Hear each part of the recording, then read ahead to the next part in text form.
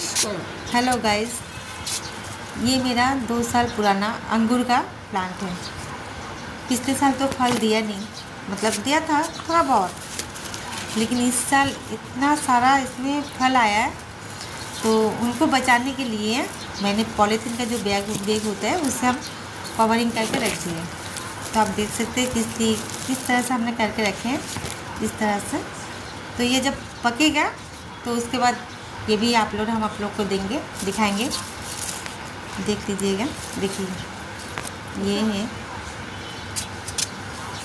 और ये देखिए इधर में झूला, पीछे साइड में और झूला हुआ है, बैक साइड। देखिए बहुत अच्छा लग रहा है देख के, मुझे बहुत खुशी मिल रहा है। तो आप लोग भी कितना खुश होते हैं ये ज़रूर बताइएगा। और भी है बहुत सारा जो वीडियो में आप लोग को बाद में वो सब देते रहूँगी। আমার চ্যানেলে কেন পাঠিয়েছো? बाय। এটা তো চ্যানেল না তো। আমার চ্যানেল